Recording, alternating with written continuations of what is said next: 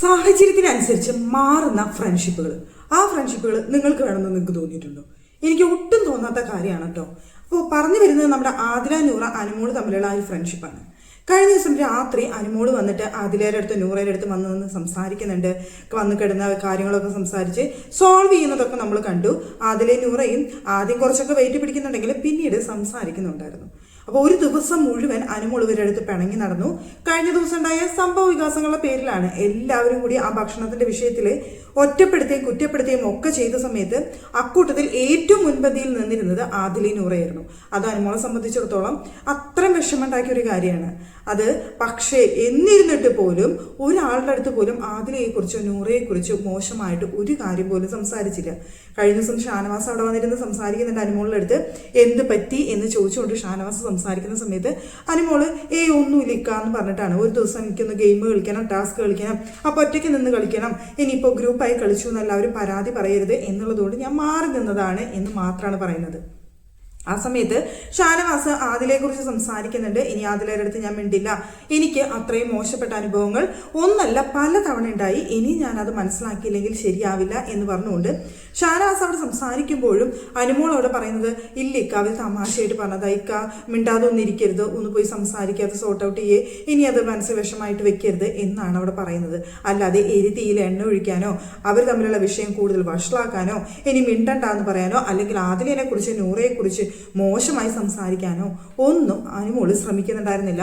ശ്രമിക്കാന്നല്ല, ഒരാളുടെ അടുത്ത് പോലും ഒന്നും പറഞ്ഞിട്ടുണ്ടായിരുന്നില്ല.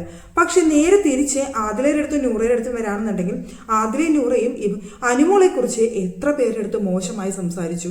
അതുമാത്രമല്ല ആദിലയും നൂറയും അങ്ങോട്ടും ഇങ്ങോട്ടും ഇരുന്ന് അനുമോളെക്കുറിച്ച് വളരെ മോശമായിട്ട് സംസാരിച്ചു. അനുമോളെക്കുറിച്ച് മാത്രമല്ല ഷാനവാസിനെ കുറിച്ചും. ഷാനവാസ് വെറും വാഴയാണെന്നും ഹിറ്റ്ലറെ പോലെയാണെന്നും പിന്നെ പറയുന്നത് അറിയാലോ. ആ പറയുന്ന വാചകങ്ങളും വാക്കുകളും അനുമോളുള്ള മനസ്സ് ഭയങ്കര ഇതാണ്, ഗെയിമിന് വേണ്ടിയിട്ട് എന്തൊക്കെ വൃത്തികേടാണ് അനുമോൾ ഇവിടെ ചെയ്യുന്നത്, ഇനി അവളായിട്ടുള്ള കൂട്ട് വേണ്ട. എന്തിനേറെ പറയുന്നു, ആദില ഔട്ടാവാനായിട്ട് പോകുന്ന സമയത്ത് എന്തെങ്കിലും എഴുതി കൊടുക്കാനായിട്ട് ലാലേട്ടൻ പറഞ്ഞിരുന്നില്ലേ, അത് കീറി വലിച്ചു കീറി അനുമോളുടെ മുഖത്തേക്ക് എറിയും എന്നടക്കം അവിടെ ഇരുന്ന് ആദില പറയുന്നുണ്ടായിരുന്നു.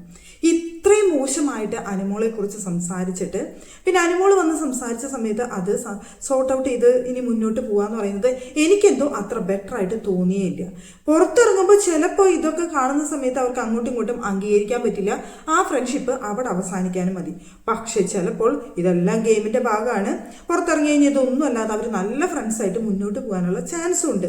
പക്ഷെ ഇതൊക്കെ കാണുന്ന സമയത്ത് പ്രേക്ഷകർ എന്ന നിലയിൽ ഇപ്പോൾ അനുമോളുടെ ഭാഗത്ത് തെറ്റില്ല, അനുമോൾ ഭയങ്കര ശുദ്ധമായാണ് എന്നൊന്നും ഞാൻ പറയില്ല.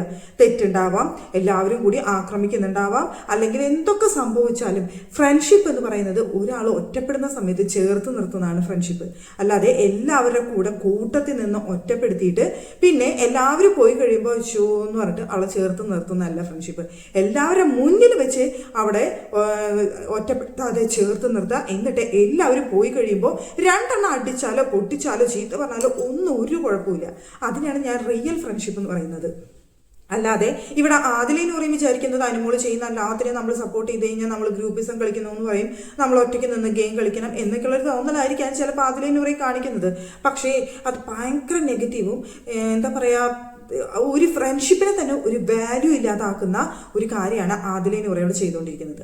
ഇന്നിപ്പോൾ ജയിൽ നോമിനേഷനൊക്കെ വരുന്നുണ്ട്. ജയിൽ നോമിനേഷനിൽ എനിക്ക് തോന്നുന്നു ഇത്തവണ അനുമോള് ജയിലിലേക്ക് പോകാനുള്ള ചാൻസ് ഉണ്ട്. കാരണം രണ്ട് കാരണങ്ങളാണുള്ളത്. ഒന്ന്, അക്ബറുമായിട്ടുണ്ടായ വിഷയം. ആ ടാസ്ക് നടക്കുന്ന സമയത്ത് ബസ്സിൽ നിൽക്കുന്ന പോലെ തോന്നുന്നു അക്ബർ പുറകെ നിൽക്കുമ്പോൾ എന്നുള്ള ഒരു കാര്യം പറഞ്ഞില്ലേ, അത് അക്ബറിന് ഒരുപാട് ഫീൽ ചെയ്തിട്ടുണ്ട്.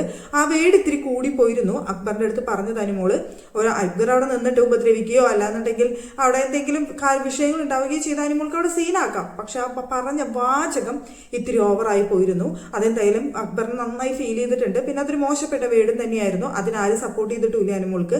ആകെ ലക്ഷ്മി സപ്പോർട്ട് ചെയ്തത്. അനുമോൾക്ക് ഇത്തിരി പരിക്ക് പറ്റിയും ഇതൊക്കെ ചെയ്തപ്പോൾ അക്ബറിന്റെ ഭാഗത്ത് നിന്നുണ്ടായത് മോശമാണ് എന്ന് പറഞ്ഞിട്ട് ലക്ഷ്മി മാത്രമാണ് അതിനെതിരെ ഒന്ന് സംസാരിച്ചത്. അവിടെ മനഃപൂർവ്വമാണോ അക്ബർ അങ്ങനെ ചെയ്തതെന്ന് ചോദിച്ചു കഴിഞ്ഞാൽ ഞാൻ അല്ലാന്നേ വിചാരിക്കുന്നുള്ളൂ. അതൊരു ടാസ്കിന്റെ ഭാഗമായിട്ട് പറ്റിയത് തന്നെയാണെന്നാണ് ഞാൻ വിചാരിക്കുന്നുള്ളൂ. പക്ഷെ അനുമോൾ ആ പറഞ്ഞ വാചകം അനുമോളെ ജയിലിലേക്ക് നോമിനേറ്റ് ചെയ്യാനുള്ള കാരണമാണ്, റീസണാണ്. അതെല്ലാവരും കൂടി പറഞ്ഞ് നോമിനേറ്റ് ചെയ്യാനുള്ള സാധ്യതയുണ്ട്. അതുമാത്രമല്ല രാത്രി ഉണ്ടായ ആ ഫുഡിന്റെ വിഷയവും അവരോട് ചോദിക്കാതെ ഫുഡ് ഉണ്ടാക്കി എന്നൊരു കാര്യം. എന്നാൽ അനുമോൾക്ക് വേണ്ടിയിട്ടല്ല ഉണ്ടാക്കിയത് വേറെ വല്ലവർക്കാണ്. അവർ അവസാനം കാല് മാറുകയും ചെയ്തു. അതായത് വിശക്കുന്നു എന്ന് പറഞ്ഞിട്ട് രണ്ടുപേർക്ക് ഫുഡ് ഉണ്ടാക്കി കൊടുത്ത് അവസാനം ഫുഡ് ഉണ്ടാക്കി കൊടുക്കുകയും തിന്നവരും ഒന്നല്ല കുറ്റക്കാരെ ഉണ്ടാക്കി കൊടുത്ത ആളായി അവസാനം എല്ലാ തെറ്റും ചെയ്തതെന്നാണ് വന്നത്. അപ്പൊ തെറ്റ് ചെയ്താലും ചെയ്തില്ലെങ്കിലും അനുമോൾക്ക് ഈ ആഴ്ച എന്തായാലും ജയിലിൽ പോകേണ്ടി വരുന്നതാണ് ഞാൻ വിചാരിക്കുന്നത്. ഇനിയിപ്പോ ആര്യൻ കഴിഞ്ഞ ദിവസം ആ സ്ക്രാച്ച് കാർഡ് ഒളിപ്പിച്ച ആ ഒരു വിഷയം വരാണെന്നുണ്ടെങ്കിൽ ആര്യനെ സത്യത്തിൽ ആ വിഷയത്തിലും ജയിലിലേക്ക് വിടേണ്ടതാണ്. പക്ഷെ ചാൻസ് കുറവാണ് ആര്യനെ വിടാനായിട്ട്. കാരണം ആര്യനെ സപ്പോർട്ട് ചെയ്യുന്നവരാണല്ലോ അവിടെ കൂടുതലുള്ളത്.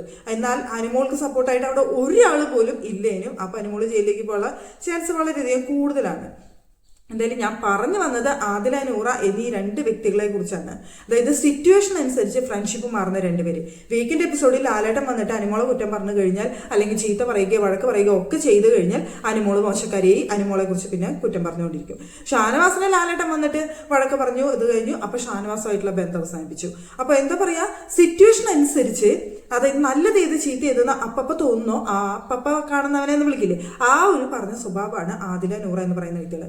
ഈ പറയുന്ന പ്രേക്ഷകർ എല്ലാവരും ആദിലയും നൂറയെയും ചേർത്ത് പിടിച്ച ആൾക്കാരാണ്.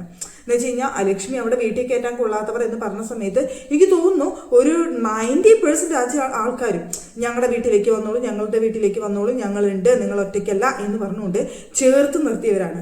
പക്ഷേ ഇത്രയും ദിവസങ്ങൾ പിന്നിടുന്ന സമയത്ത് ആ ചേർത്ത് നിർത്തിയവർ തന്നെ ആദിലയും നൂറയെയും തള്ളി പറയുന്ന ഒരു അവസ്ഥയാണ് നമുക്ക് കാണാനായിട്ട് സാധിക്കുന്നത്. കാരണം ഇവരെ കൂടെ നിർത്തിയാൽ ഇവർ പാര വെക്കുകയും ഉപദ്രവിക്കും, രഹസ്യമായി നമ്മളെ ഇല്ലാതാക്കാൻ ശ്രമിക്കുകയും അല്ലെങ്കിൽ മറ്റുള്ളവരുടെ മുന്നിൽ നമ്മളെ ഇട്ടുകൊടുക്കുകയും ഒക്കെ ചെയ്യുന്ന രണ്ടുപേരായിട്ട് ഇപ്പോൾ പ്രേക്ഷകർ ആദിലയും നൂറയും നോക്കി കണ്ടു തുടങ്ങി. അപ്പോൾ ആദിലയ്ക്ക് നൂറയ്ക്ക് മുമ്പുണ്ടായിരുന്ന ആ സപ്പോർട്ട് എന്ന് പറയുന്ന ഒരു സംഭവം ഉണ്ടല്ലോ, അതിപ്പോൾ നന്നായിട്ട് കുറഞ്ഞിട്ടുണ്ട്. ഇനിയിപ്പോൾ ഇന്ന് ആരാണ് പുറത്തു പോകുന്നത് എന്ന് നമുക്ക് ഒരു ഐഡിയ ഇല്ലാത്ത കാര്യമാണ്. ആര് വേണമെങ്കിൽ പുറത്ത് പോവാം. എന്ന് വെച്ച് കഴിഞ്ഞാൽ വോട്ടുകൾ ആർക്കൊക്കെയാണ് കിട്ടിയത്, എവിടെയാണ് കുറഞ്ഞതെന്ന് നമുക്ക് ഒരു എത്തുപ്പെടുത്തല്ലേ. ചിലവരെ പുറത്താക്കാൻ വേണ്ടി മറ്റുള്ളവർക്ക് വോട്ട് ചെയ്യുന്നു. അങ്ങനെ ഒരുപാട് വിഷയങ്ങളുള്ളതുകൊണ്ട് ആരാണ് പുറത്ത് പോയി എന്നുള്ളത് നമുക്ക് ടോട്ടലി കൺഫ്യൂഷനാണ് പോവുക എന്നുള്ളത്. പക്ഷെ ഞാൻ പറയുകയാണെന്നുണ്ടെങ്കിൽ ഈ വീക്ക് പുറത്തു പോകാനായിട്ട് ഏറ്റവും യോഗ്യതയുള്ള മത്സരാർത്ഥി ആരാന്ന് ചോദിച്ചാൽ ഞാൻ പറയും അത് നൂറയാണെന്ന്. കാരണം ആ വീട്ടിൽ ഒരു കണ്ടന്റും കൊടുക്കാതെ പ്രത്യേകിച്ച് ഒന്നും ചെയ്യാതെ നിൽക്കുന്ന ഒരു മത്സരാർത്ഥി എന്ന് പറയുന്നത് നൂറയാണ്. നൂറയ്ക്കാണ് ഈ വീട്ടിൽ നിന്ന് ഇപ്പോൾ നിലവിലെ സാഹചര്യത്തിൽ പുറത്തു പോകാനായിട്ട് ഏറ്റവും യോഗ്യതയുള്ളത്.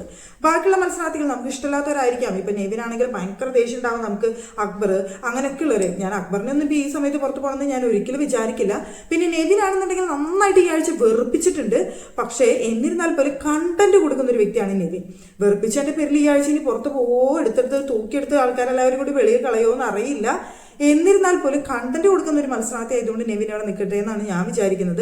ഒരു കണ്ടന്റും ഇല്ലാതെ ഒന്നുമില്ലാതെ ടൂറിസ്റ്റിൽ അവിടെ വന്ന് ടൂറിസ്റ്റ് ബസ്സിൽ കയറി ഇവിടെ വന്ന് നിന്ന് ടൂർ കണ്ട് അല്ലെങ്കിൽ സ്ഥലം കണ്ട് ഇങ്ങനെ നിൽക്കുന്ന ആ ഒരു വ്യക്തി എന്ന നിലയിൽ നൂറ പുറത്ത് പോട്ടെ എന്നാണ് ഞാൻ വിചാരിക്കുന്നത് കേട്ടോ.